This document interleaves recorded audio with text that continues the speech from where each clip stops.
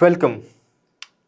Today, let's discuss about the issue of Form 13A, about which YSRCP party has appealed in court, and the judgment has been awarded just a day ago. For aspirants, the Form 13A and the related provisions of postal ballot for which the 13A is concerned about is more important. So, without any delay, let's move on to the issue. So, what actually the postal ballot and who are eligible to claim the postal ballot?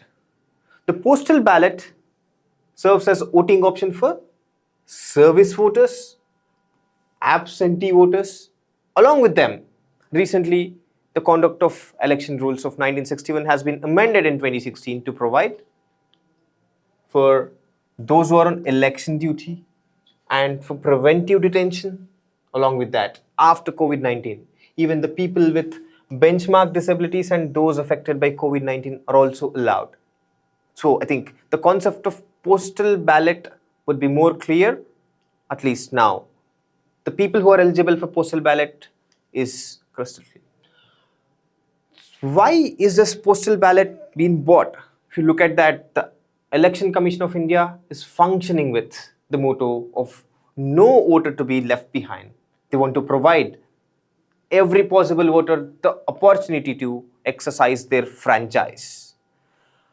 So, there's an option of electronically transmitted postal ballot system, ETPBS. What does it mean and how does it function? A returning officer would electronically transmit the postal ballot. When you say electronically transmitted, the ballot is electronically transmitted, but to vote, it has to be printed in the physical format, voted, and to be sent. The whole process involves a request form.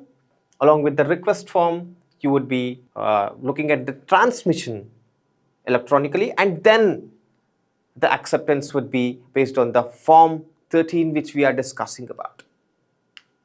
So, before going to that, we need to examine who are eligible to be those service voters who could apply for this ETPBS. Armed Forces Act has defined these armed forces would be eligible for the ETPBS. So you could just look at the CRPF, PSF, Assam Rifles, Sashastra Seema Bal, NSG, PRO, and the common forces. Mind it again, the armed forces includes all the armed forces, including naval and air force as well. So along with them, even those affairs and even those officers who are concerned with the affairs of posting outside the country are also eligible. So with this, I think it's crystal clear who are eligible for this ETPBS. Now, there's a trivia which is also important. The wife of a service voter is also eligible if she is enrolled for ETPBS. This is an exception which you need to have in your mind. Maybe a trivia could change your position in the examination if you don't focus on. So, coming back to the actual thing which we are delaying over the slides. This is how the Form 13 would look like. This is the request form where you would request a returning officer to grant the postal ballot, and with this he would grant you the way we exhibited in the previous slides. It would be physically taken as a print and you would enclose it in an envelope. On receiving this form, he would certify. This is the Form 13A which is certifying that so and so person has casted their vote, and this casting should result in striking of their role in the physical constituency, because there should not be redundancy in voting. So this was what challenged by YSRCP in the High Court, which was later not considered, and that was appealed in Supreme Court, which was not entertained according to Article 329A. Courts would not interfere unless Election Commission gives any judgment. So the issue was just about the seal and attestation. This is concerned with, again, conduct of election rules of 1961, unless the concerned authority provides with the seal and attested. YSRCP was concerned about validity of this form, for which High Court said 5 lakh voters is very huge number. We can't disenfranchise such huge numbers. So these votes are valid. So hope you understood this form 13 and 13A. Before going to end this, let's solve this question based on ETPPS.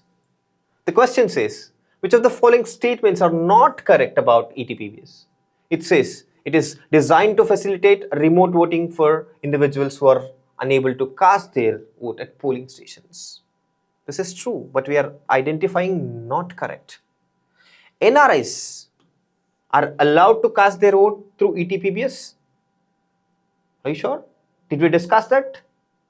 No, NRIs are not eligible. So this is the right answer. Still, we would look at the other two statements as well. Under the system, postal ballots are sent electronically to registered voters. We have discussed it is sent electronically but printed in physical format. So this statement is again right. We were reiterating the word of conduct of election rules of 1961, which was amended in 2016 to provide this. Even this statement is right. Hope this discussion has given you some valuable information. With another topic which is more interesting and informative, I will be back. Till then, bye. Thank you.